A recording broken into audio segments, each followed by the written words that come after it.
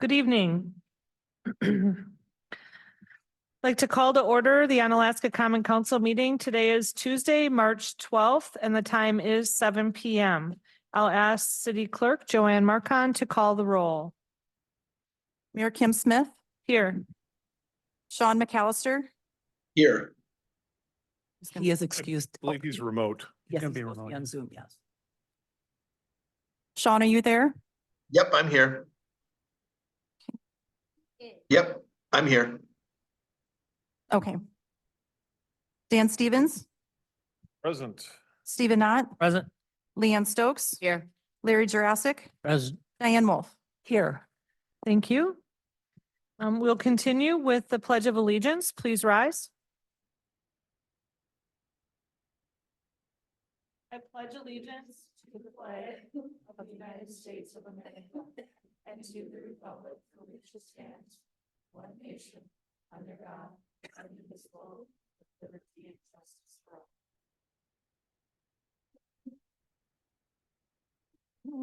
all. Thank you. Item 3, rules of the City of Onalaska Common Council and its subcommittees. This is a harassment-free forum.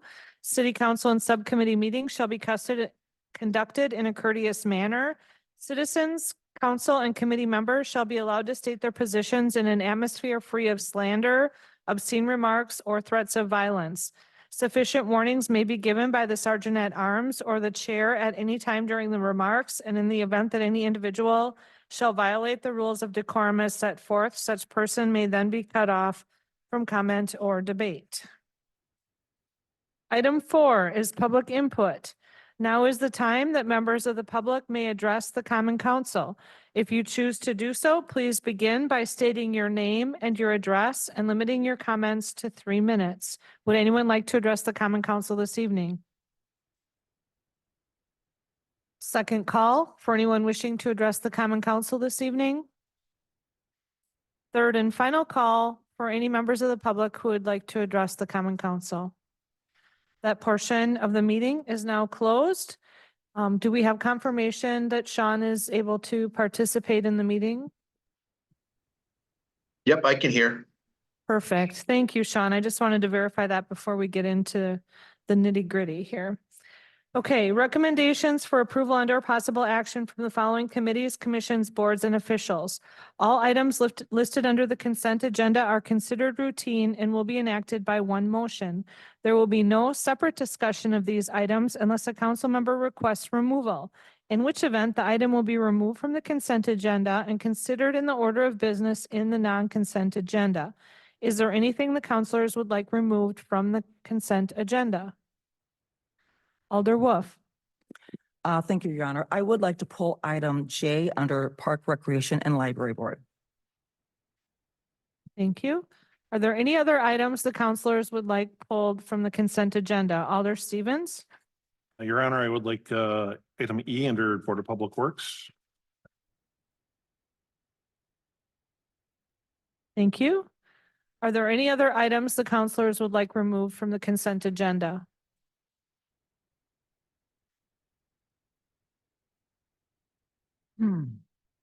There are no further items the councilors would like removed. I'll entertain a motion to approve the consent agenda. I move that we approve the consent agenda. Second. We have a motion on the floor by Alder Dane Stevens. It's been seconded by Alder Leanne Stokes to approve the consent agenda. All those in favor, please say aye. Aye. Any opposed, say no. The consent agenda has passed unanimously. Thank you. So now we'll move on to the non-consent agenda. Item 6 is a recap of the items pulled from the consent agenda. We have 2. The first of which is item E from the Public Works Department, and the second is item J under Park and Rec. So first we'll go to item E from the Park and Rec, or stumbling over my words today. First, we'll deal with item E from the Public Works. We'll turn it over to Alder Steve Knott, who chairs that committee. This item was unanimously approved to move forward to the Common Council by the Board of Public Works. It deals with the approval of the 2024 City Hall Solar Project with solar connection to the amount of $244,000. There were 3 proposals that were received. This was the one rated the highest. I can also turn it over to Jared if you have anything else to input. I think you should put a motion on the Okay, floor. I'll make a motion to approve. Second. Okay, we have a motion on the floor by Stephen Nod. It's been seconded by Diane Wolf to approve the 2024 City Hall Solar Project with solar connections in the amount of $244,000. Is there any discussion? Alder Stevens? Thank you, Your Honor.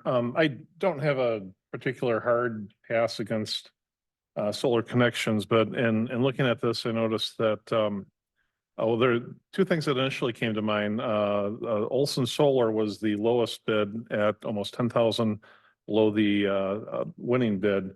And I noted that Olson Solar was an Onalaska company, and looking at solar connections, at least they're headquartered in out of state in Rochester. Upon further review, I found that they do have a location, a sales office here in Alaska. So I just, the reason I wanted to talk about this is what I know that their score was a little bit higher at solar connections, but for the extra 10,000 taxpayer dollars, what are we actually getting? Why is that a better deal? Okay, let us defer to our Director of Public Works, Jared Holter, to answer this question. Thank you. When we scored them, we did look at the criteria that was in the RFP. And one of the things that stuck out with the officials that scored them were the fact that Solar Connections has been in business for 15 years. Olson Solar has been in business about 7. Olson Solar and Solar Connections are both based out of Onalaska. The staff that we worked with and Solar Connections and have talked to Olson Solar are both out of Onalaska, which is quite amazing, actually. The other firm was out of Dubuque, Iowa. When we looked at Solar Connections, the megawatts that they had installed and the size of the projects that they had installed were more on a commercial range than Olson Solar. They're more residential. I don't think they could definitely do the job. But I think the other firm of Solar Connections was more in line with what the project we're going to do. Also, Solar Connections has installed the entire solar project for La Crosse County. The new middle school is getting solar on it, which will be installed by Solar Connections. There is a variety of local businesses in our area that have been using Solar Connections. So it's just a bigger, larger firm is the reason it got scored higher. Is there any difference in the panels or their output?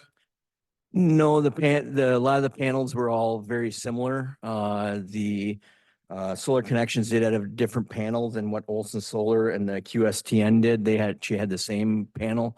They're all just a little bit different on how they approached it. The Solar Connections quote RFP did have a better, in my opinion, had a better outline of how they were going to lay it out on the building. So I did like that better, that they had an outline of how they showed it, where the boxes were going to be, the inverters and things. So that's the reason that I know when I scored it more. Dan also scored them too. He actually had the Dubuque, Iowa firm as his top choice, but so it kind of went all over. But we just thought the Solar Connections was the best for what we had to offer here. Okay, is there any other discussion? Thank you for that. The motion on the floor is to approve the solar project as described. If there's no further discussion, all those in favor, please say aye. Aye. Any opposed, say no. I'm going to say no, just because I'd rather have the $10,000, but Okay, the vote then, this passes at a vote of 5-1. Thank you. Now we'll go to Park, Rec and Library Board. Item J, approval of the La Crosse Area Pickleball Club to install windscreen slats on the pickleball courts located at Oak Park. Larry Jurassic, would you take this item? Yeah, it was passed unanimously on the committee in that they basically block the wind. It's been used on several different other locations, and they were going to go with a non-cloth material, but more of a, almost a plastic where it would hold up not only with the weather conditions, but also deterioration from sun. Could you summarize the vote from the committee and then make a motion? I make a motion that we approve the screen, flat screens for the pickleball in Oak Park. I will second that. Thank you. We have a motion on the floor by Larry Jurassic. It's been seconded by Alder Diane Wolf to approve this installation. Is there any further discussion? Alder Wolf. Thank you, Your Honor. I pulled it for one reason only. I did attend Parks, Recreation and Library Board this past month, and representative from La Crosse Area Pickleball Club did present then, and she's also in the audience this evening. I just wanted to personally thank the La Crosse Area Pickleball Club to go ahead for your generous donation to the City of Onalaska and to Parks and Rec. I've talked with our Parks and Rec Director, Dan Wick, and this will certainly aid in the efficiency to have something permanently there. So 100% behind this, and just really appreciate your generous donation. So thank you very much. Thank you, Your Honor. All right. Is there any other discussion? Alder Jurassic? It's really amazing how much pickleball is picked up in the local area here, even with the new addition of the La Crosse indoor pickleball court, 18 courts that you can utilize all year round. Their projections, I went and talked to them, basically saying that they should be possibly in the $40,000 to $50,000 range for a number of memberships within the next 2 years. So they will be definitely self-sustaining. Just talking with them, but pickleball is a good sport for this area. Thank you. All right. Thank you, everyone. So the motion on the floor is to approve the installation at Oak Park. All those in favor, please say aye. Aye. Any opposed, say no. This motion carries unanimously. Okay, moving on to the non-consent agenda. Item 7, the Finance Committee, Leanne Stokes. Thank you, Chair. 7A is the vouchers. The following is a list of monies expended since the last Common Council meeting dated February 13th, 2024 in the amount of $3,311,952.44.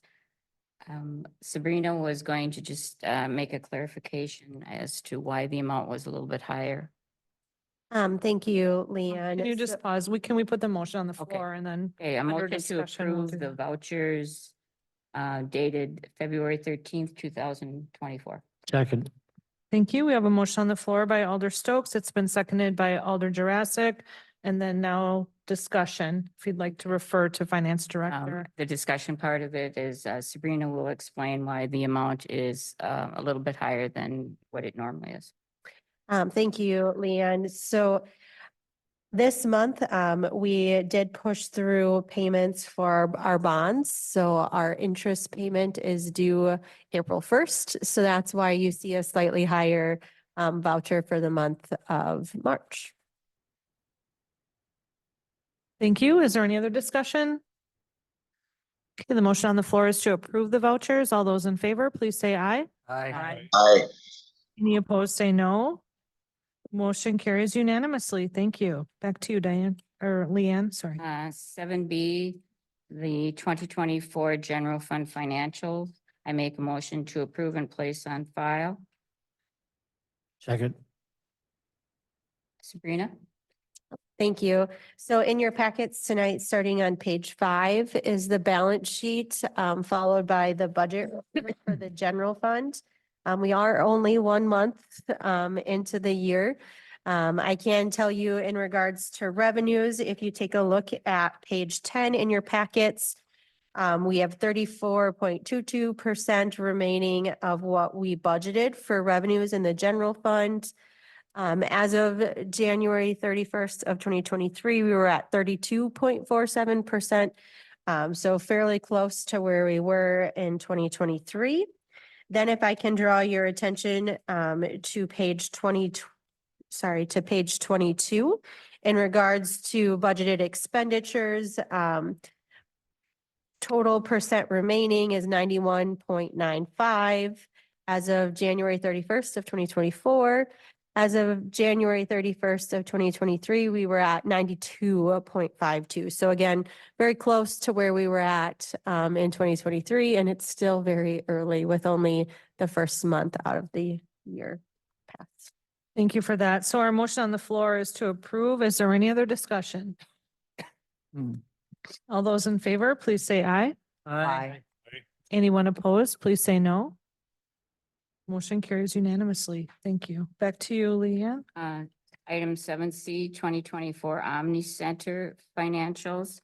Motion to approve and place on file. Sabrina? Let's get a second. Second. Okay, motion on the floor by Alder Stokes. It's been seconded by Larry Jurassic, and then now discussion. Sabrina, go ahead. Thank you. So next in your packet, starting on page 23, is the Omni Center financials.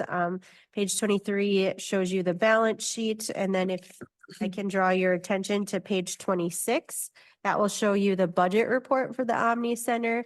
Again, just 1 month through the year, we have 90.13% remaining in revenues, which is what I would expect only 1 month through the year. As of January 31st of 2023, we were at 87.71. So again, fairly close to where we were last year. And then if I can draw your attention to page 28, in regards to total expenses, percentage remaining, we're at 95.05%. And as of January 31st of 2023, we were at 93.37. So again, right on track to where I would expect us to be at just 1 month through the year. Thank you for that. Any other discussion? Okay, the motion on the floor was to approve the Omni Center financials. All those in favor, please say aye. Aye. Anyone opposed, say no. Motion carries unanimously. Thank you. Leanne? 7D, Resolution 13-2024, awarding the sale of 3,465,000 general obligation corporate purpose bonds. Make a motion to approve Resolution 13-24. Second. Okay, we have a motion on the floor by Leanne Stokes. It's been seconded by, let's go backwards, Stephen Knott. You know what I was going to do, don't you? Under discussion? Sabrina? Yes, thank you. So I emailed the council members today, and it's also sitting in front of you. The final pricing presentation, as well as an updated resolution. The resolution is like 37 pages long. I did just print out for you the first 9 pages of the resolution, but if you want to see the rest, you can find me or Joanne. We can definitely get that for you. And here tonight to speak to you all regarding the final pricing is Brad Ragout from Bayard. So I'll bring him up. Yeah, welcome, Brad. Good to see you. Great, thank you. So I'll walk through the presentation booklet and answer any questions. But bids were accepted up until 10 o'clock this morning, and that's why the resolutions are first available tonight, because we didn't have bids finalized until this morning. Very successful bids came in. We received a total of 5 bids, and the lowest interest cost bid is Northland Securities at 3.48%. So just for a reminder, what was presented last month to the Finance Committee and came to council was 377. So we're quite a bit lower than what was used for projections or planning purposes. A couple highlights of the financing. The issue size, 3,465,000. This is primarily to fund the city's capital improvement plan. There's some enterprise fund financing included as well, which would be offset by water and sewer revenues. But the issue amount that, or the amortization period, I should say, historically had been 20 years, a 20-year repayment. Beginning last year, the city has taken steps to start to shorten that repayment period. This continues with the shortening. So this is repaid within 18 years. It's a 17.5-year repayment. Doesn't seem like much, but we're taking steps to, further shorten the amortization. When I come back next year, we'll talk about whether it makes sense to even shorten it another year or so. I've included on the summary page also the Moody's rating. Moody's rated the city's GO debt at AA2. That's a very good rating. That's the third highest rating that Moody's issues. And I've included the complete rating report in in this packet. And just to touch on a couple of highlights from that report, Moody's specifically cites the city's stable economic base, the strong residential incomes, and the strong full value per capita, and the robust reserves, all as credit strengths that lead to that AA2. Clearly, the higher the interest rate, the more bidders you attract. The higher the bond rating, the more bidders you attract, and the lower the interest rate the city would receive.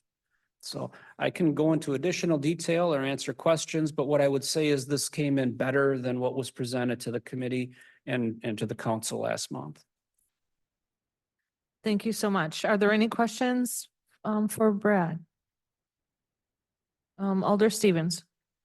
Just questions in the kind of the long-term market outlook. I mean, we think rates have kind of plateaued and they're starting to point down. How, like at some point, we're still higher than we've been in a long time. If we wanted to refinance, like where, if you were to have a crystal ball, and I'm not going to hold you, to it, but how far down the road before things would start to look maybe a little bit more attractive? Sure. So on this issue, the city has the option to refinance beginning in 2031. So there's a little bit of a runway here before it's eligible to be called.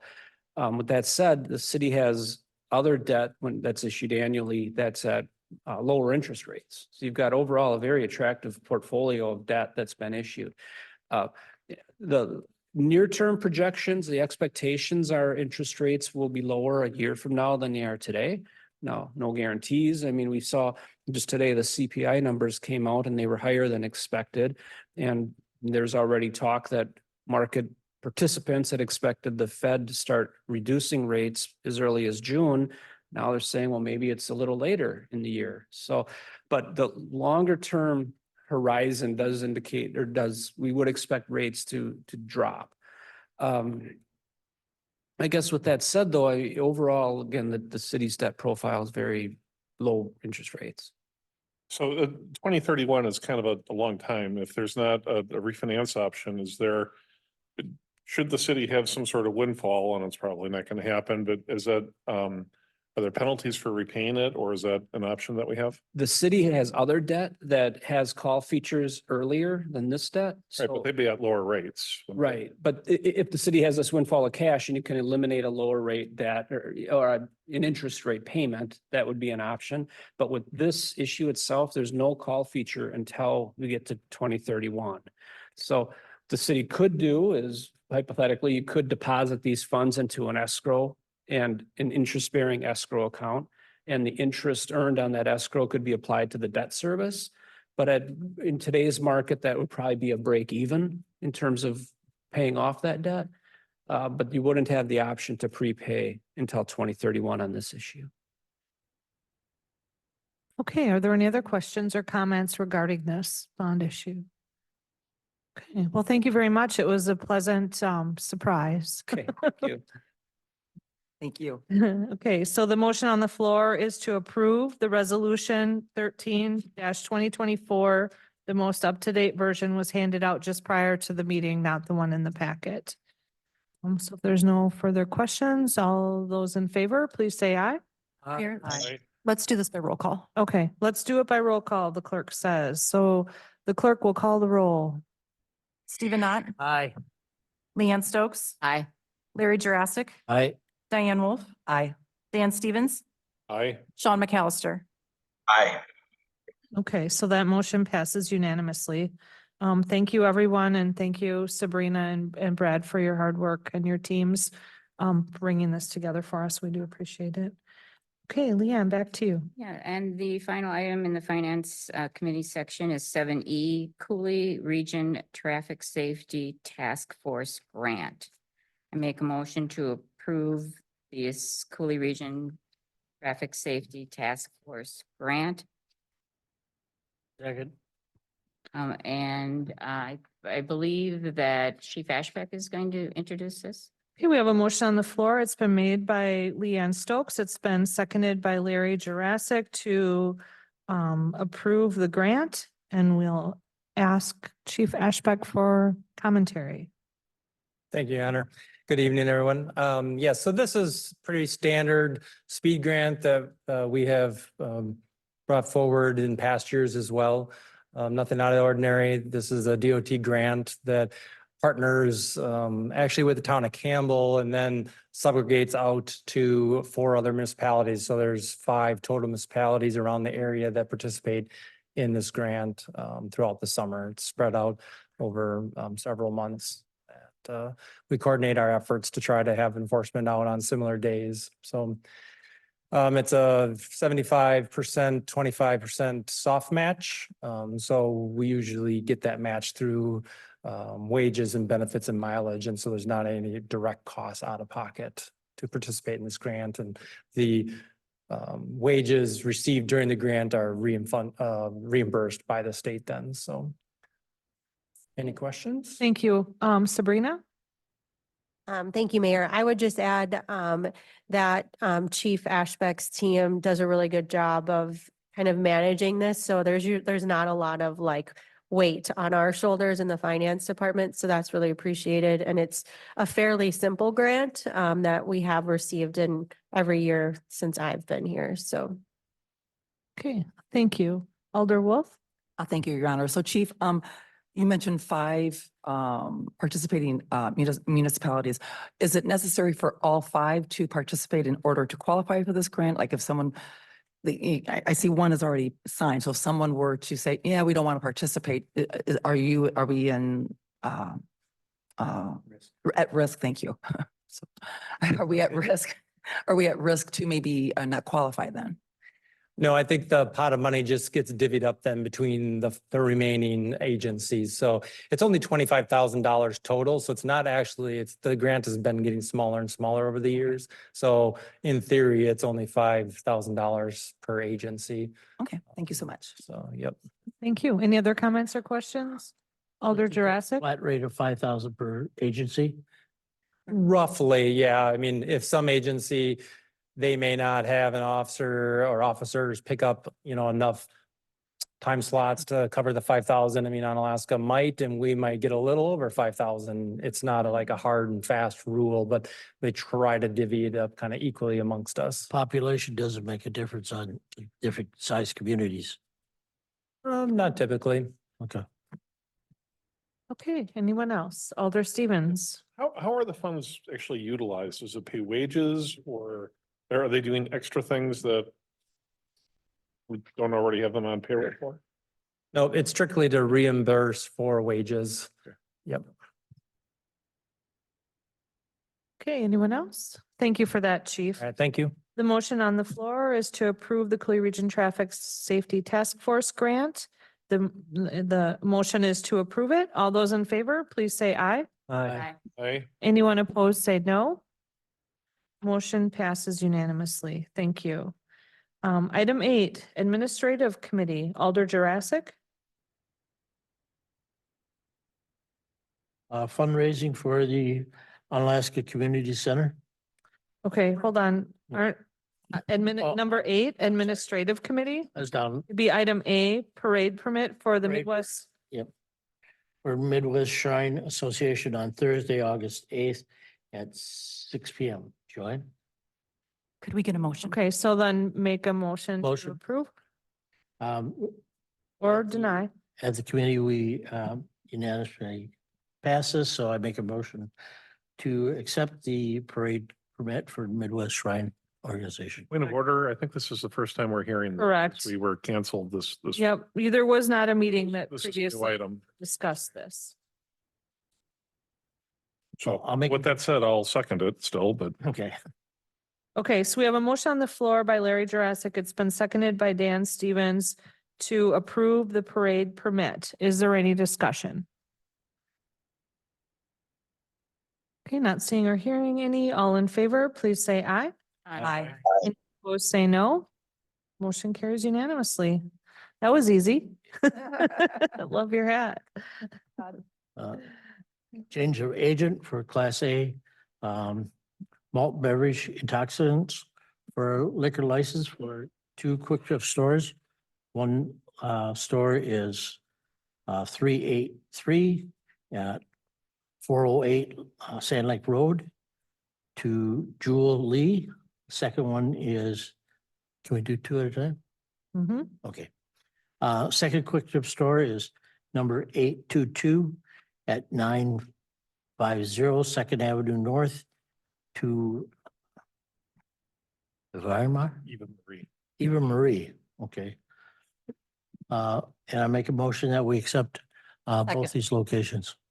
Thank you. We have a motion on the floor by Larry Jurassic. It's been seconded by Diane Wolf to make these change of agents as described. Is there any discussion? Alder Wolf. Thank you, Your Honor. I would just like to commend our city clerk's office for the monthly memos that we've been receiving.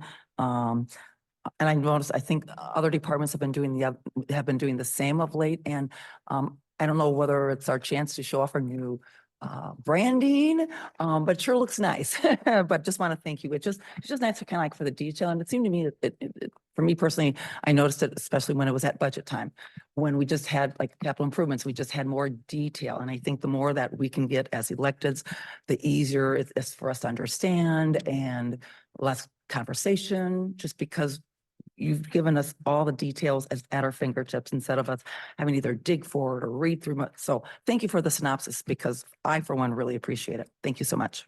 Thank you, Your Honor. Okay, any other discussion? Okay, the motion on the floor is to approve. All those in favor, please say aye. Aye. Any opposed, say no. Motion passes unanimously. Thank you, Larry, we will now move to item 9, the planning director report. We have here Katie Aspenson.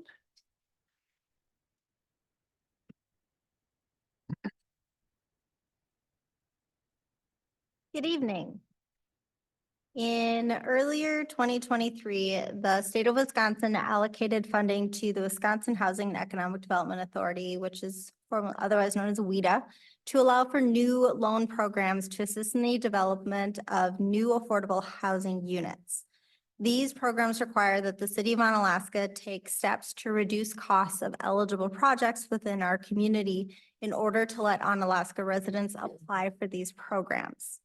I'm proposing that we have 2 changes to our 2024 fee schedule. Those specifically related to building permits for residential building additions, alterations, and accessory structures with a WHEDA loan approval. The fee would drop to 30 cents per square foot with a minimum of $95, which is a drop from 46 cents. And then for commercial and multifamily structures with a WHEDA loan approval, meaning they have to have an affordable housing component, that fee would drop to 40 cents a square foot, minimum fee of $190, maximum fee of $50,000, which is a drop from 56 cents per square foot. So I'm looking for your consideration of this tonight, and I'm here to answer any questions if you have them. Okay, thank you very much. Discussion? Alder Knott? Does the recommended fee structure, is that going to cover our costs, or would we now be incurring taxpayer costs for private development? So we would be charging the minimum fee of $95, which would cover any cost of the city in terms of paying for inspections. Okay, thank you. But it is possible that we are not gaining as much on these particular homes, but it is a means that would allow residents to apply for these loans that otherwise could not. Katie, do you have the statistic for what was the revenue from these fees last year? So we can have the potential for, or even just a rough estimate? Yep. Any other questions while I'm looking for that answer? Alder Wolf? Thank you, Your Honor. So Katie, I know I've talked with staff and administration the last several years about this, that typically the city of Onalaska, we just never seem to qualify for a number of grant programs and just anything across the board because of our community's socioeconomic status. How is it that this one time that we would be able to qualify? What makes us qualify for this? Or what has changed? What's different? So this is not based on the city of Onalaska and our medium household income. This is a direct ask that Onalaska residents can make if they meet WIDA's individual grant program guidelines. So this is just what the city is required to do. We have to take 2 steps. The second step will be coming forward next month. But the first is having a direct cost related to building permits. Okay, thank you. And the reason why I ask is because I see all the time that our friends to the whichever direction they are, they're always qualifying for hundreds of thousands of dollars of new traffic control lights. And it just, the list just seems to be endless and we aren't. So that's why I asked the question. So thank you. Go ahead, Kitty. In 2023, we brought in over $500,000 in permit fees for building permits alone. Okay, thank you. Thank you for that. Alder Stevens? All right, I guess I'm good with that. So I will move that we amend the 2024 City of Onalaska fee schedule as presented by the Onalaska Plan Department to reduce the building permit fees for WIDA loan projects. Second. Okay, we have a motion on the floor by Dan Stevens. It's been seconded by Diane Wolf to reduce the building permit fees for WIDA loan projects as described by our planning director. Is there any discussion? Okay, all those in favor, please say aye. Aye. Aye. Anyone opposed? Motion carries unanimously. Thank you. Item 10, City Attorney Report. Amanda Jackson. All right, you may remember it's been a couple months that I sent out an art ordinance and handbook for sort of a high level overview. So as some of you may recall, this idea sort of came to fruition about a year ago. We started to talk a little bit more about having a better way of addressing art in the city of Onalaska. We've seen sort of an uptick over the last, I will even say decade really, in public interest in proposing and putting forward art projects. We have not historically had a cohesive way for the public to present these ideas to us and for the city to sort of control the city side of these projects. And so we had looked at a few different policies about a year ago, decided that that was perhaps a path that we wanted to take. City staff internally worked on the art ordinance and handbook that was sent out to you at the very start of this year. And so I don't want to get into sort of the nitty gritty of what we sent out. What I'd like to sort of do is just go around and address the question, is this sort of the direction we think we want to go? Is a policy and handbook similar to this something that we think we want?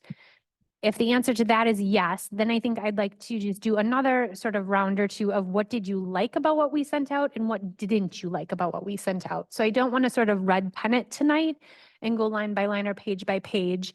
That could in and of itself perhaps be its own meeting. But I think just sort of like, what do you like about it? What don't you like about it? And give us that feedback. And then as administrative staff, we will take that and then probably make some changes on our end and then bring it forward for sort of another round, maybe a little bit more detailed feedback, if that makes sense.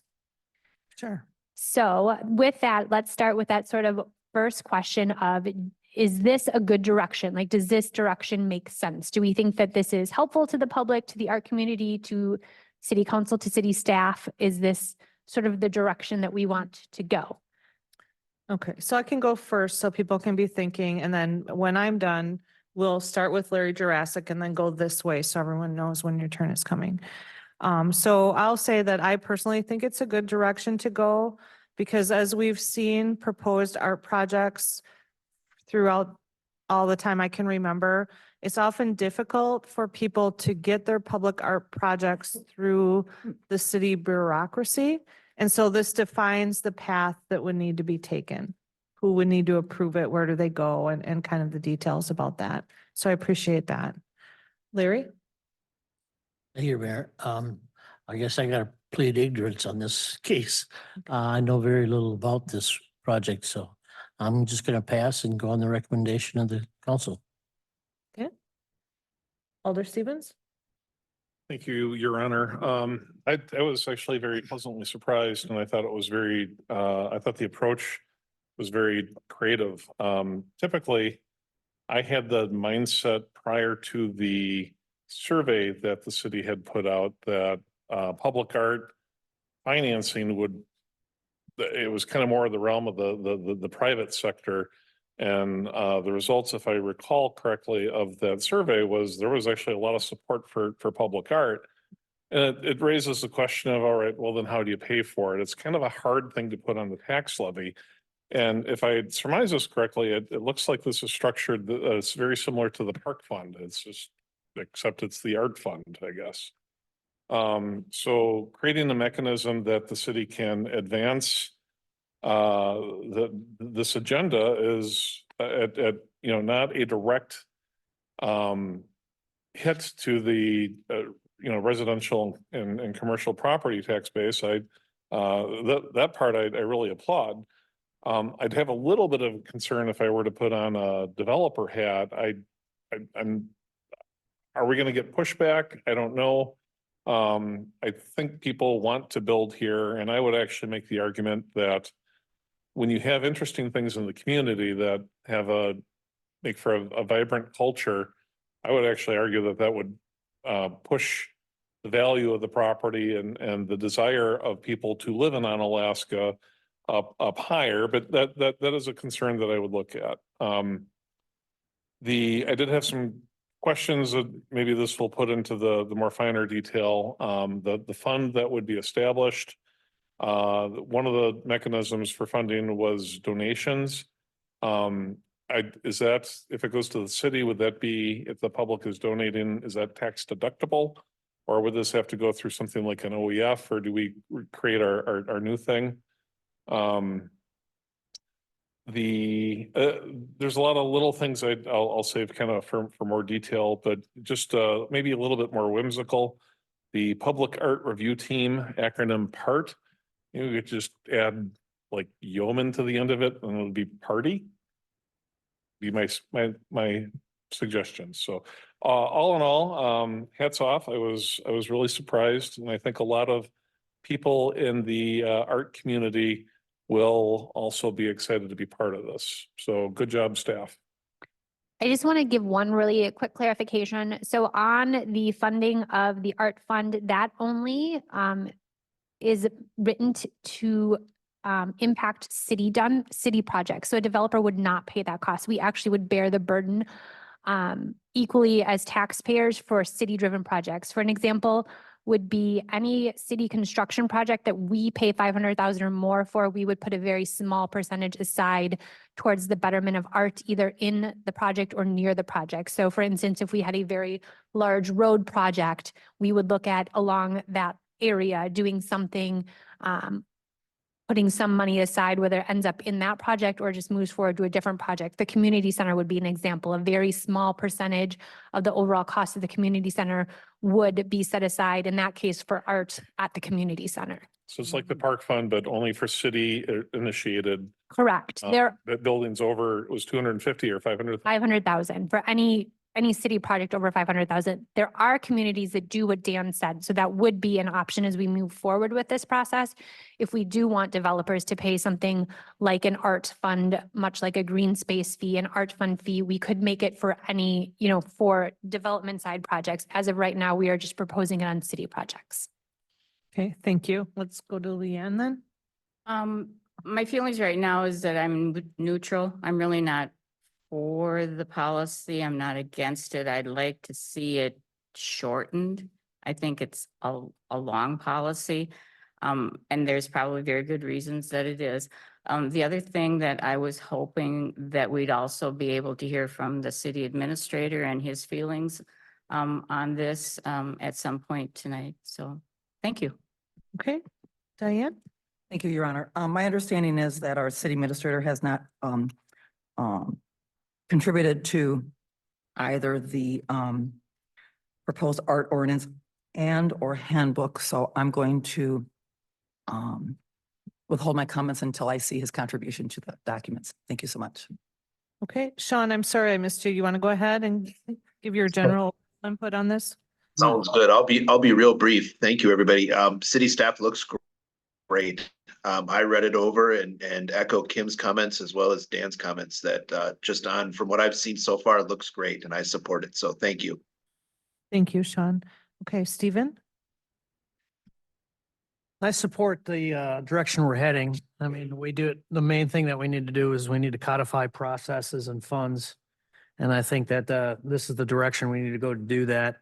Do have some concerns over the amount of authority we may be giving to the public art team without any elected official input, specifically the permanence to it, the way I'm reading it, that says once it's installed, it can never be removed unless the public art team says so. I'm wondering if we go down that path, if we aren't making a bit of a ghost government inside of our government, because elected officials are being removed from some of these decisions. But as a whole, I think we need to continue down this path for sure. Thank you. Back to you, Amanda. Okay, that was helpful. And so I guess, Rick did have the policy for about 4 months. If he would like to weigh in with some of his comments, we can turn it over to him. Sure. And all I want to say at this point in time is that I did have conversation with staff shortly after I started regarding the policy. Since that time, I have been going over it again and kind of making some what I would like to see changes. What we were looking for tonight was input from council as to what direction you wanted to go with this. So we can take that input. I'll look at again what I would like to have input and then have further discussions with staff. And then we can come up with what we feel based on the input provided tonight would be a good route to go and a recommendation. Like Amanda said too, we can come back again and do a little bit more detail on the fine details of it. But really right now, we're just looking for some direction. If we were way off base, if this policy was way off base, we wanted to know that. If we're headed in the right direction, we wanted to know that. But then again, too, going back, taking some of the thoughts that I had, and then also some of the thoughts that council had, some of the thoughts that staff had, and incorporate those and come back with another product. Okay, thank you for that. Amanda, back to you.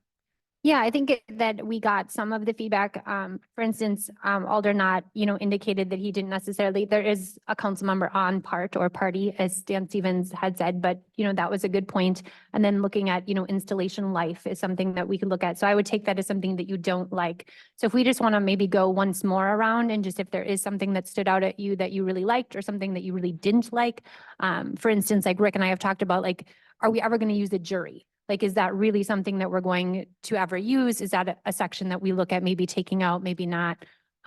So if there's anything like that that stood out at you, why don't we just maybe do once or twice more around? Sure. Okay, I'll begin and then I'll go to Stephen Knott and go this way. I don't have anything specific to add. So go ahead, Stephen. I'm looking at more as far as, I like the overall concept of what we're doing. But as far as the role of the public art team, I think, should be more principally advisory. The day-to-day maintenance costs and what have you of art that's already been approved. I have no issue with them being able to take over that role. But when it comes to approving and removing, I'm concerned we might be giving them too much authority. I'd be looking more for a report that outlines all costs incurred. I think that that allows elected officials to review and see if there's something that may be missing. I understand that there would be one elected official on the board, but that's not the common council. All the other committees that we have that have to come up to common council for final approval. I don't know why this one would be different. I did notice that, unless I missed it, we do not have under the accounts established what it can be used for. You got the acquisition, installation, maintenance, et cetera, et cetera. One thing that's missing is storage. All right. Other than that, I'm good. Thank you. Thank you for that. I will add two small things. One, I thought it was, in my opinion, excessively long. Number two, I would just ask that staff consider looking at what, at least when I did like City of La Crosse art policy, it was nice and short and concise. Now, granted, I don't know if that was just kind of like a forward facing public document and then they have something behind the scenes that's really long. I don't know, but I've just asked that staff maybe just take a look at what La Crosse has. Thank you. All right. Leanne? I have nothing to add at this time. Thanks. Dan Stevens? Keep forgetting Sean. He's. Oh, Sean, I'm sorry. That's all right, Kim. No, I have nothing to add. So thank you very much. All right, you got people down here looking out for you though. Thanks. All right, Dan Stevens? All right, so as just, I guess, first a point of maybe correction, the mayor is an elected official and is listed on the art team, or I hope it becomes party. I would prefer to be on the party team, actually. So I guess I'm a little confused as to, I mean, why, about the critique on the length of the, of this. It's kind of a new field. What we've learned in the last year and a half is that sometimes this becomes contentious, and having something that you can point to would make life easier on staff. So I didn't see anything in here that seemed like it was extraneous. I think that they were very thoughtful and forward-looking as what potential problems could be and how could we avoid this and make it fair, equitable, and transparent and easy for the public to work with the city. So I guess I would disagree respectfully with some of those comments. Otherwise, I mean, at this point, my understanding is we wanted to, without getting into the nitty-gritty details, I'm just painting this with a very broad brush. So rather than critique like individual things that might benefit from a tweak, I'll save that for later. But again, I'll reiterate, I was pleasantly surprised. So thank you. Thank you. Larry Jurassic. Thank you, Mayor. Yeah, the support of art in public place is the community. It establishes the community as a place where you really want to live, like the meeting we had just earlier. That was one of the topics that we had talked about. I fully support the program, and I'd like to see more information on it, especially on, like Steve mentioned, storage of the artwork. How long we're gonna have to have it on board? Are we gonna be responsible for securing the storage? Things like that. But these are all minor things that I think you guys are doing an excellent job so far. Thank you for that. Hey, Amanda Jackson, back to you. No, I think that's good feedback, and we will have some internal discussions, possibly do a little bit of tweaking, and then we will bring it back for further discussion, likely not in April, but perhaps in May. Okay, thank you so much for your work on this and also the other staff that have contributed. All right, that brings us to item 11, the city administrator report. I will turn it over to you, Mr. Rick Niemeyer. Thank you. Getting to my notes here. So earlier today, I sent out an email to council. Did everybody get that? And I have a hard copy here. Would anybody like a hard copy at this time? There was one at their chairs. Oh, there was. Okay. All right. Thank you for doing that. So, all right. So this was something that we wanted to have a conversation about. So, excuse me. As we are finalizing the kind of the fundraising push for the community center, there was some discussion about people who want to make donations, and particularly those that maybe want to do some naming rights or maybe some larger donations that for various reasons they may want to spread out over a couple of years. And so if that is going to be an option for donors for the community center project, have a conversation with council in regards to the money that would be needed to complete the project obviously will be needed for at the time that the center is constructed. And so if there are some donations that are spread out over a period of time, we would be looking to the city to essentially upfront those costs, and then knowing that those are going to be coming in a later date. So I want to have a conversation with council to get some input, and ultimately, if council is in agreement with it, approval, so that when we start having conversations with potential donors, that can be an option that is discussed as well. So those are my comments initially, along with the memo that you all have, and I guess we'll kind of go from there. Thank you. Aldernott? So, I have no issue overall with going down that path of allowing that type of flexibility. I just want to have a better understanding of what that might mean for us. With this, if the city needs to front a certain amount of dollars with the understanding that there would be more coming through donations with that, they said they'd be signing a letter, I believe, of commitment or something. Yeah, confirmed commitment. Would that be, we would be paying as a loan, or would we be paying out of cash reserves? Because if we're paying out of a loan, then we all would need to understand there's going to be a sunk cost until we get that back. That interest would be gone. So. Certainly, part of it is, of course, going to depend on how much is going to be spread out over a period of time. If we're talking about a relatively small amount or a larger amount, that would be a discussion then we have with finance in regards to what's the best way to handle that. So until we know exactly what that amount's going to be, it's hard to answer that specifically, just because I don't know what that amount's going to be yet.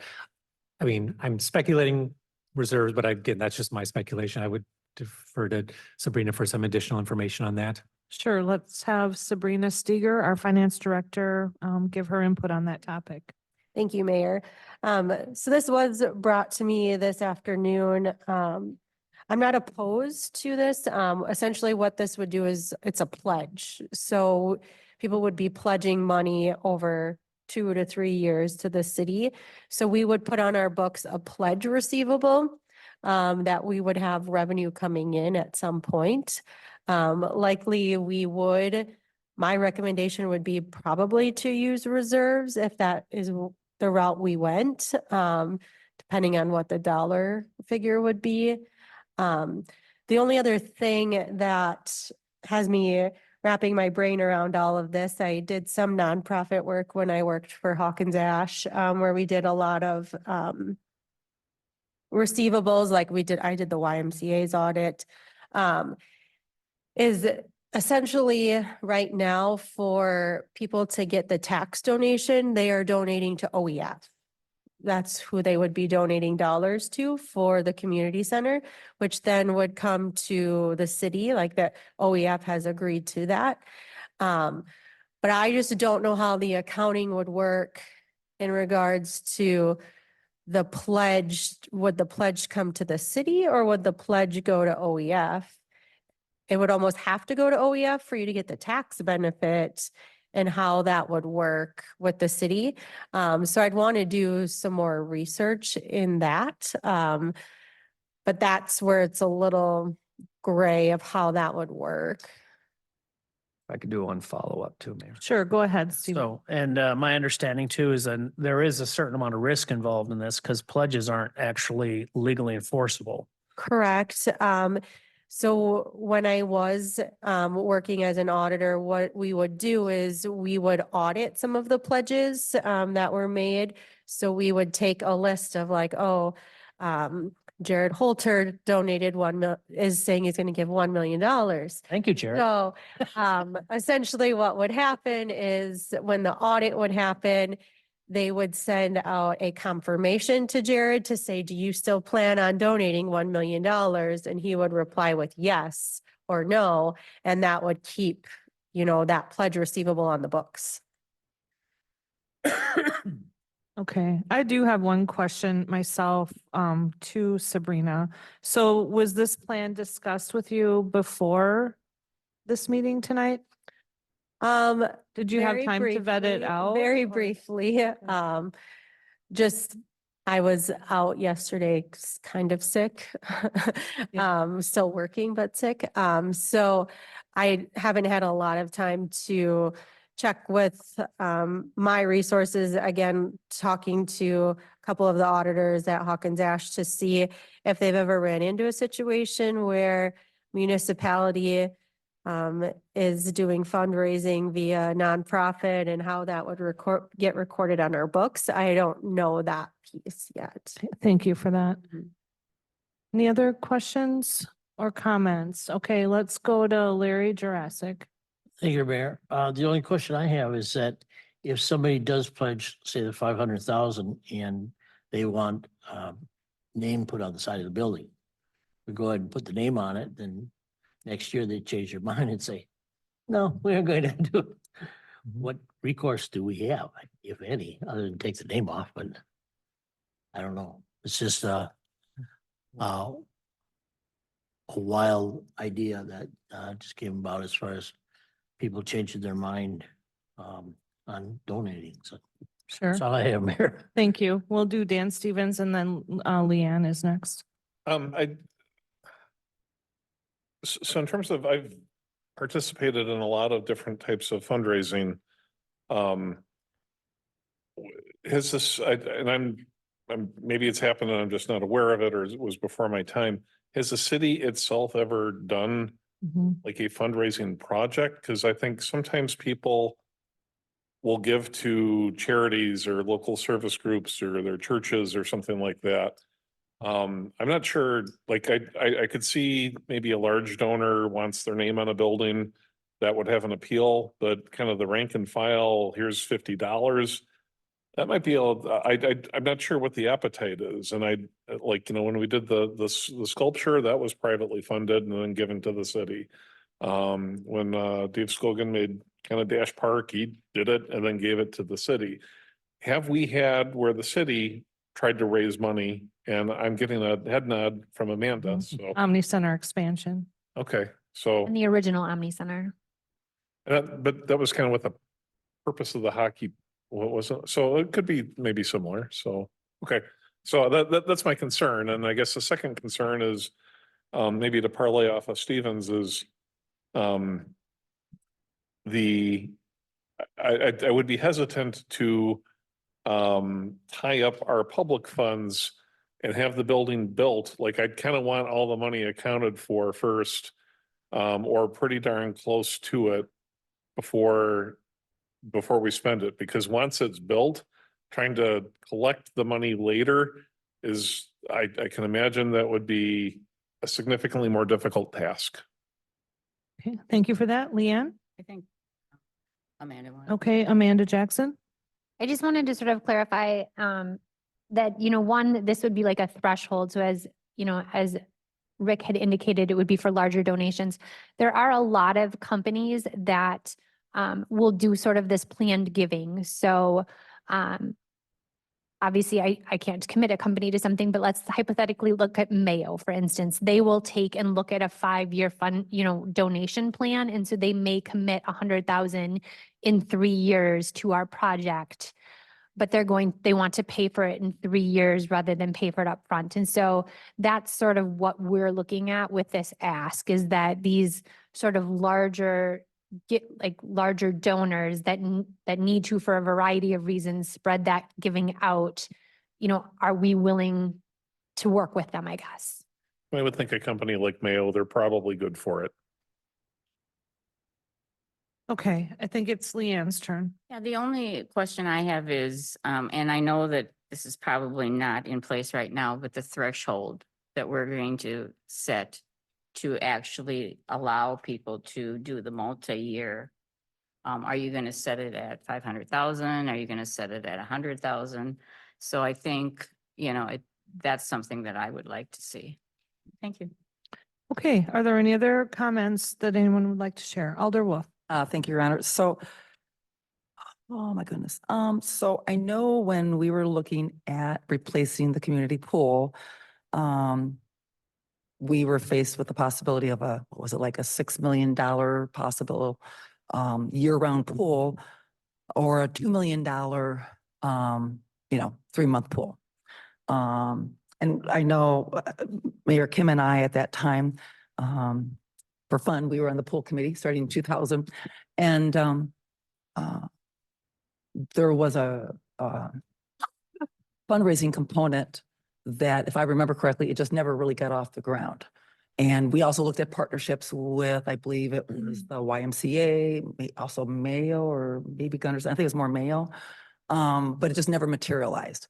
I know for a fact, after talking with people in the community all these many years, is that whenever you ask people for money, usually they're business people, they have money.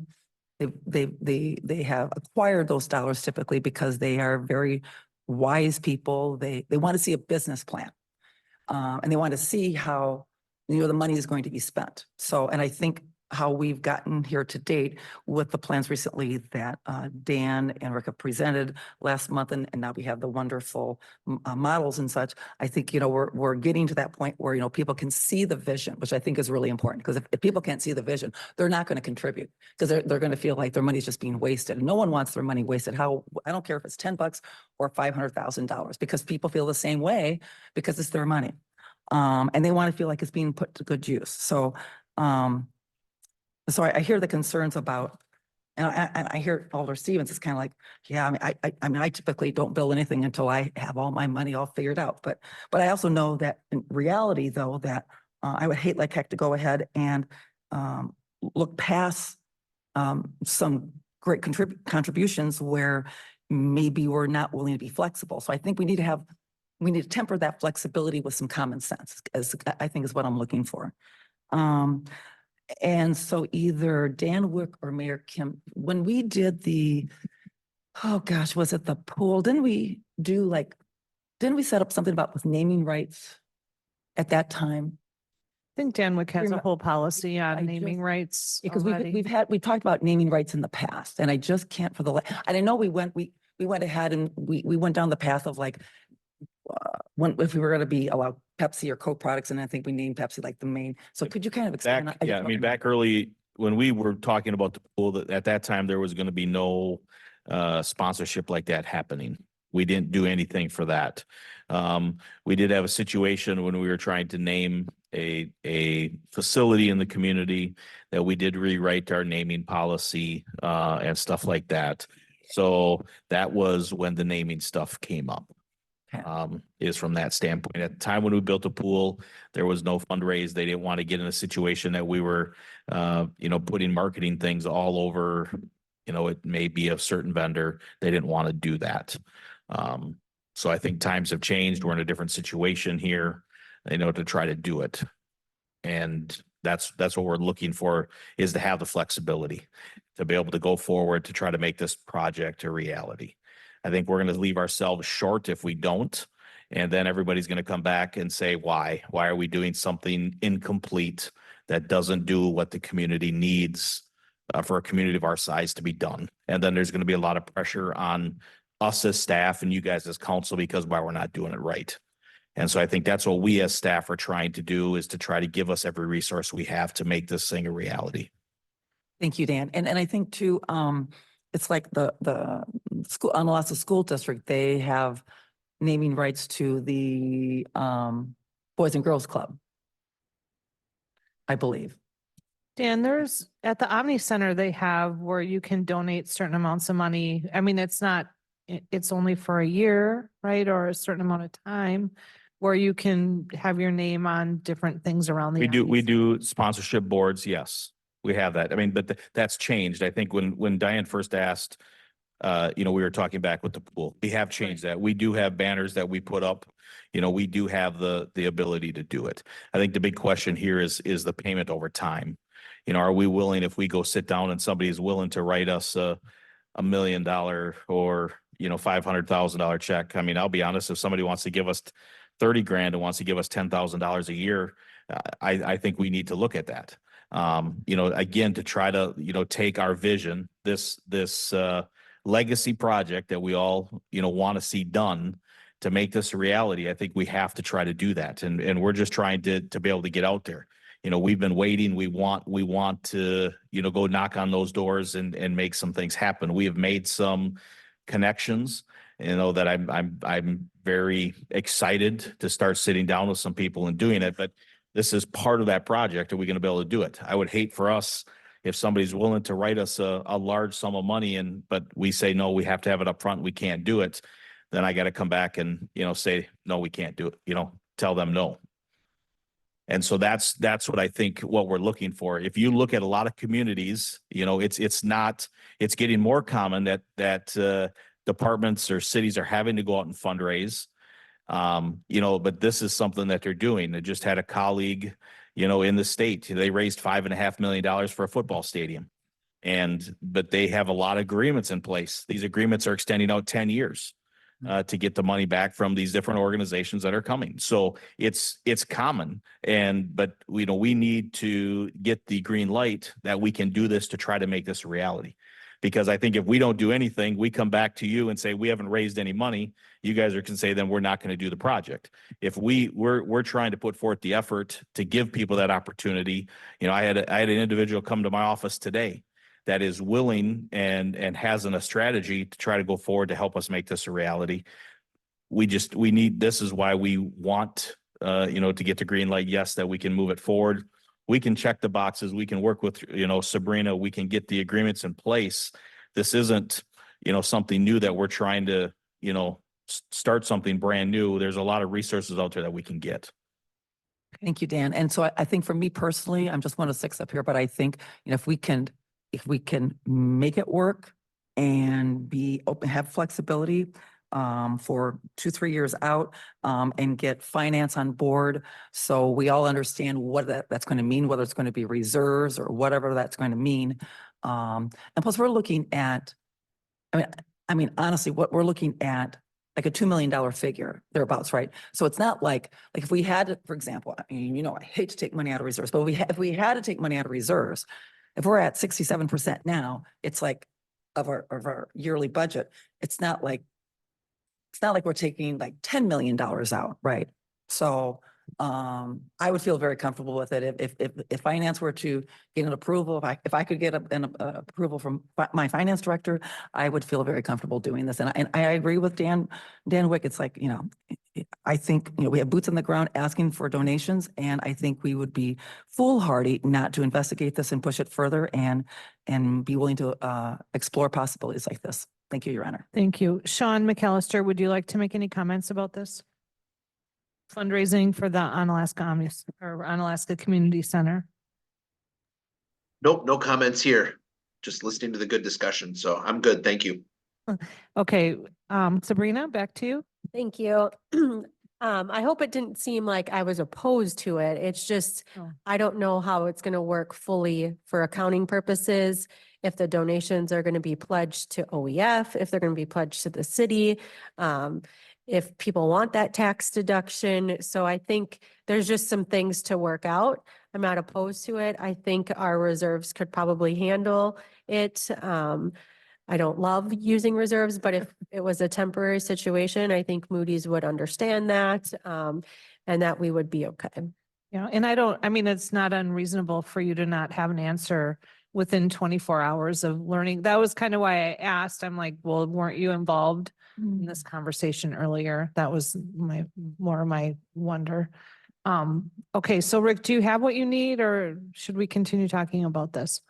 I have what we need in regards to the conversation, but from my perspective, we actually would need action by council to say that we can go ahead and have these conversations and talk with people about how long they can spread. If someone's going to donate, and if they ask for 2-3 years, that we're able to do that, enter into those agreements, knowing that the city is going to be, the one that's going to make sure that we have the money there versus the pledges that we're going to be getting in later on.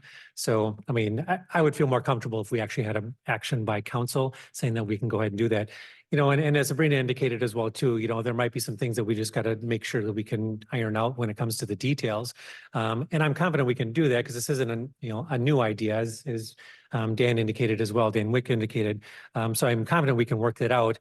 We just need, from my perspective, we need the authority or the blessing from the council to say, go ahead, start having those conversations, start putting those things in place so we can continue moving forward. Alder Knott? Well, I'll go ahead and make a motion. All right, I'll make a motion that we allow the city administrator and the other negotiators try to do fundraising to enter in agreements with up to 3-year pledges internally, and anything beyond that would need to come to the Common Council for approval. I second it. Okay, we have a motion on the floor by Stephen Knott. It's been seconded by Larry Jurassic to allow the city administrator and the negotiating team to accept pledges of up to 3 years Yeah, and anything beyond that would have to. for the Onalaska Community Center. And then just for clarification, there wasn't any minimum dollar defined, or that would just be at the negotiating committees. I think we. I just don't want there to be ambiguity later where then someone's saying, but understand. this was that, and it was only $10 or, I'd leave it up to the negotiating team to determine that, okay, almost on a case by case even. Yeah. okay. Is there any other discussion? Alder Stevens? If there's interest, I might offer a friendly amendment.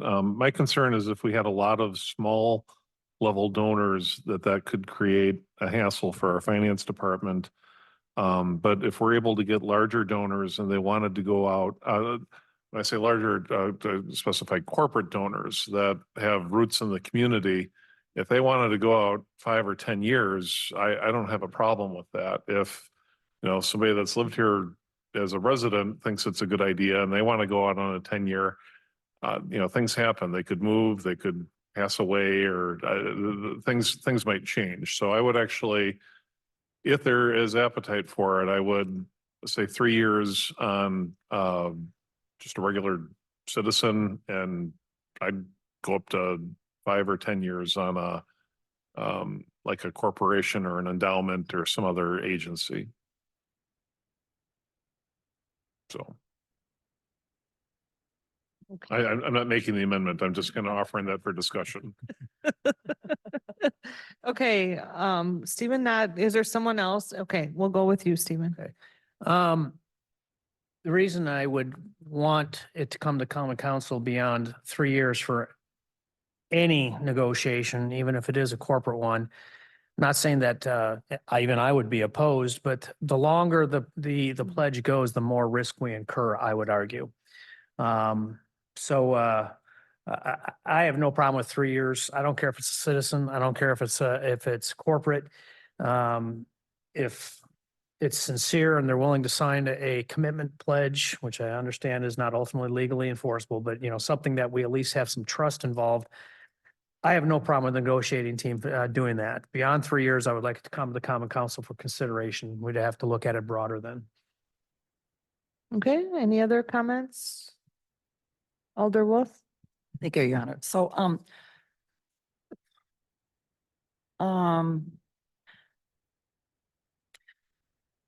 I feel like we're putting the cart before the horse.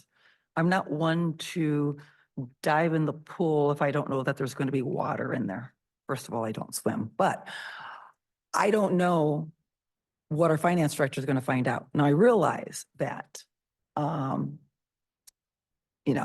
municipalities are doing it across the state, or, there's other entities that are doing it. I guess I don't have a guarantee that once our finance director starts investigating, will it go through the OEF? And then you have to have the OEF who's going to vote to give us back the money, right? We don't have the money. I'm assuming they're going to, but they have to vote to give it back to us. My concern, though, is that we don't know what the answer is. She has not had time to flesh it out.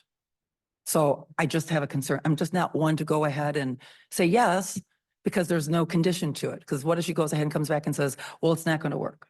Can you just make that an amendment?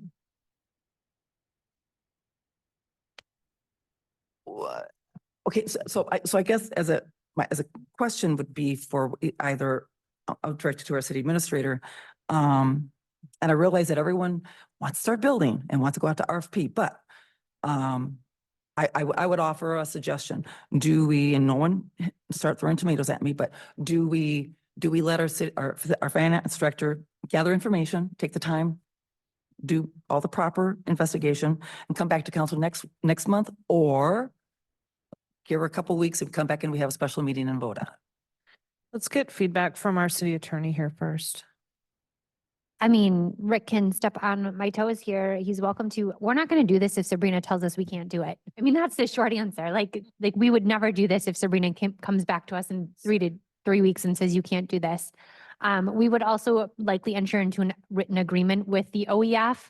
And so it's not going to be something that's going to be up for vote in, 5 years to give us the money back. It's something that we would have in a written agreement with them now, that we would do this and structure it this way.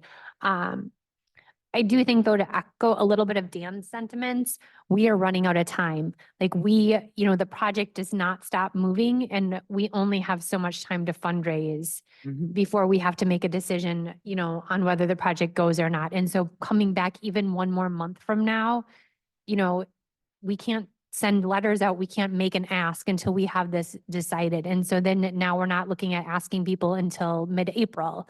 And so I just really normally I would agree with you, Diane, that I don't like to put the cart before the horse, but I just feel like this is one of those where the gamble might be worth it. I mean, again, we're going to let Sabrina answer the question before we ever mail those letters, but I think we have to move this forward. Then I'm Okay, good. Rick, you. go ahead. And I would agree too. I mean, if we as staff take a look at this and we find that there are barriers that are just not going to make it happen, we don't have a choice. We don't do it then, because we are going to make sure that the city's covered with as many agreements as we can do, with as many, whatever we need to put in place in order to make sure that we protect ourselves as much as we can from these that are coming in. And the other piece of it, to Amanda's point, is, there are other projects out there that are doing fundraising, about to do fundraising, are planning on fundraising. So there's a finite amount of money out there, and the longer we take, maybe the less available there is for us for this project as well. Okay, thank you for that. Sabrina, did you want to say any last words here? Just in regards to the friendly amendment, I would prefer to keep this at 3 years. And if anything was longer than that, then that it would come back to council and that we would make a decision. Just because it's a lot easier, it's a lot cleaner to have it kind of finalized over the next 3 years. It wasn't really an amendment. It was the Yes. discussion about potentially Yes. considering having an amendment. I just wanted to make a comment on that. Thank you. Okay, so there should be lots of clarity in the minutes. Do we need to have any more discussion? So we have a motion on the floor to allow the city administrator and the team to receive pledges up to 3 years. Timeframe. Okay, all those in favor, or wait, Joanne We wants only to say just know that anything beyond 3 years would need to come back to council. to the council, correct? Okay, Joanne, why don't you do the roll call in case there's a dissenter? 2 or 3, yeah. I'm not sure. Oh, I think it'll be fine, but Sean McAllister, Yes. Dan Stevens, Aye. Stephen Knott, Aye. Leanne Stokes, Aye. Larry Jurassic, Aye. Diane Wolf. Aye. okay, so it passes unanimously. Go forth and raise funds. Got the okay. Okay, Rick, did you want to do the item B? Yes, I can go on that one right away as well too. So just a monthly update, since we've been talking about the community center. We have a final version of the letter, and so we were waiting to hear from you before we get that finalized and mailed out. So we'll be moving forward with that. You probably have seen that there are visuals up around. There's one at the Omni Center, there's one here in City Hall, and there's also one out at the current community center that if people can see. And so hopefully we'll be doing more. Something else later on in my update is I did a presentation at the OBA meeting today. Very well received. In fact, even had some people come up afterwards and have some conversations about the project. And so that went very well. So that was good. Just going back from since the last time I was here, I attended the Wisconsin Public Finance Seminar, which was put on by Ehlers. That was very good. Got to meet with and hang out for a bit with some of the people that we see from Ehlers here pretty regularly. So that was nice. That was a 2-day seminar. I learned lots of good stuff there. There was a League of Wisconsin Municipalities roundtable in Westby not too long ago that Mayor and Katie and I attended. It was very informative. It started at 4 o'clock. They did some educational piece from WIDA, among others. AARP, I think, was there, had a light lunch and then a roundtable discussion. So that was a good discussion as well, too. There was a recent meeting regarding the La Crosse Regional Airport. And the reason I bring that up, I think it's important because I think that has an impact on the city of Onalaska as well, too. With Delta pulling out recently and just having, was it American Airlines, I believe, or is it United? American? Delta. Delta Delta left. Yeah, but who's, is it American or United? Yeah, American. American, thank you. American Airlines is the only one here, just looking at different options there. And so they held a meetings for local community leaders and people to show up. Alder Stokes did attend and did provide me with some information on that. And the reason I bring it up is because, it is something that I think is important.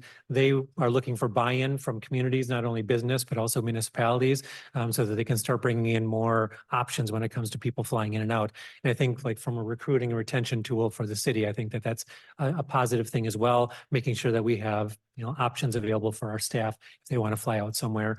Sounds like there's a potential of a new airline called Breeze. Never heard of them, but they fly primarily to Florida. So it's not like there is an option of them coming on at some point in the near future. So thank you for going. I was hoping to get to that and just wasn't able to get to that one. So the annual chamber meeting was last Monday. That was the first time I had been to that event. I was very impressed. They had 600 people in attendance, and just seeing the different awards that they handed out for businesses and individuals, it was just a very cool event. So that was last Monday. Obviously, last Wednesday was the comprehensive planning workshop that was held. Good turnout to that as well. I think, what do we have, Katie? How many total do we? Over 60. So yeah, it was good to see the turnout and just the feedback that was given. So looking forward to the results of that when the Lakota group gives us that information. I think you all have heard by now that bingo is now on Mondays and Wednesdays at the Omni Center. That was a pretty big deal. The Beer by Bike Brigade is going on there. In case you haven't heard yet, there is a table reserved at each of the bingo sessions for staff if you do go. So reach out to Justin in advance. He usually will set that up and make sure that's good to go. And actually, those are all the things. I've touched on all the things. I have a hard copy here. I'll give it to whoever wants, and I'll give Joanne a copy. I know Nimi's made part of the record, but that's everything I have. Thank you so much. Okay, we have some questions here. Alder Knott. So with this airport community interaction that you participated in, was Fort McCoy present at that? Who was that? Was Fort McCoy present there for that? I'm going to defer to Alder Stokes. She was the one No. that attended. Okay, can we, I know we're not the one who sends the invitations. Can we ask the airport to see if they did invite them, and if not, to please to invite them? No, They I have a significant number of people who use that airport every year. Huge. don't think the airport actually sent the invitations. I think LADCO. Oh, LADCO did. I Okay. think Well, they did. whoever the inviter was, if you Right. could just confirm that, did you invite Fort McCoy? And if not, could you please invite them for future input? I mean, they are substantial airport users. Right. Sure. Yep. I can reach out there. So. Thank you for that. Alder Wolf. Thank you, Your Honor. So one, I just would like to thank Rick for your monthly update. You had accidentally overlooked to give us an update last month of your activity, but you have since sent out a memo. I think it was like late February, kind of to electeds who sit up here kind of reviewing, where you had gone like the previous 4 weeks. And one of the 4 goals that council had set for our city administrator for 2024 was to, and I quote, establish self as a recognized ambassador of the city by frequent participation in city/regional events, at least monthly, promote the city positively and include activities in the monthly Common Council City Administrator Report, unquote. You had 13 events that you had attended over that 31-day stretch. Personally, I was quite impressed with the number of contacts that you had made. It's kind of like being an elected. When you meet someone the first time, you establish that base relationship, and then you start building on those relationships. And I think being our city administrator, it's really important. And I know this council felt it important that our city administrator gets out, you meet people, you establish those relationships. And over time, you start running into occasionally not the same person again and again, and you keep a layered approach. And then eventually, if you should ever, as our city administrator, ever need to reach out to someone to have a discussion or just touch base or whatever it may be, you've already established that relationship. And at the end, in my opinion, it can only benefit the city of Onalaska in the end. So thank you for that. Now, I realize that I'm sure you cannot keep up that pace, and eventually you're going to run out of people to meet. But I just want to let you know that I appreciate that you are being a willing participant to honor one of the very 4 important goals that this council set for you for 2024. And so I thank you very much. Okay, does anyone else have any other comments before we go to closed session? Alder Stevens? I'll just kind of throw this in if we're gonna head back to the airport. The logistics of the airport was actually discussed on the Explore La Crosse Tourism Committee, which I am a member. And a lot of the issues that they have in the industry are not that there's not enough people or that we wouldn't benefit from having more airlines here. There's challenges in the airline industry where they don't have enough pilots and they don't have enough flight attendants. And as a result, the major carriers are contracting and favoring the larger metropolitan areas because that's where they got to fill, or that's the priority. So in some cases, I think they said, and if it was Delta, it was going to be, 3-4 years before they would even consider coming back here. So that's not really City of Onalaska business, but we might be able to land some of the newer, smaller airlines that, if it goes to Florida, I think that's great, but we should probably not expect major airlines to be adding stuff in La Crosse. If we could, wonderful, but that might be a big reach unless there's a change in the labor market. Okay, thank you for that. Alder Stokes? Just to add a couple of comments from the meeting. They did say that Delta was not going to be coming in anytime soon, but they do expect American to start flying larger planes out of this area. Their ask is that everybody who can flies out of La Crosse, and that's because then when they try and sell to an airline to come in, they'll see the numbers, and that's all they want to do. They want to know if they're going to be able to make money, doing this. They did have an ask. I think they have to have a $1.5 million base, and they have to have, and that is something that if they can't make that base, then the cities or whoever is going to be in this conglomerate would give the airport that money so that they're not losing money. And that's kind of one of the biggest stumbling blocks right now. But they're doing everything that they can do. They had their airport manager there, and he was extremely good at explaining what was going on, what he's been doing, all of the different meetings that he's been having and so forth. So there was probably 60 people from all different areas around that attended this. So it was, and they had state legislatures that were, representatives were there. So it was just the first meeting, and now they're going to take it from there and go on with different aspects of it. But this was just a first general meeting, just a information gathering meeting. That's all it was. Thank you. Okay, thank you, and thank everyone for your comments. Okay, item 12, closed session. To consider a motion to convene in closed session under section 1985 1C of the Wisconsin statutes for the purpose of considering employment, promotion, compensation, or performance evaluation data of any public employee over which the governmental body has jurisdiction or exercises responsibility, specifically compensation and recruitment challenges for city staff. If any action is required in the open session as a result of the closed session, the council will reconvene in open session to take the necessary action and or continue on with the printed agenda. Do we have a motion? Your Honor, I move we go into closed session. Second. Okay, we have a motion by Alder Dan Stevens. It's been seconded by Alder Leanne Stokes to go into closed session. The voting will be by roll call. Dan Stevens, Aye. Stephen Knott, Aye. Leanne Stokes, Aye. Sean McAllister, Aye. Diane Wolf, Larry Jurassic. Aye. Okay, the voting was unanimous. We are in closed session. The time is 8:34.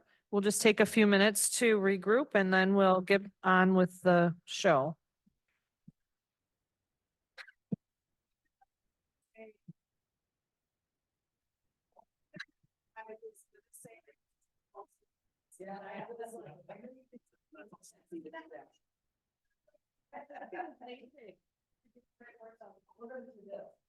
Make the motion.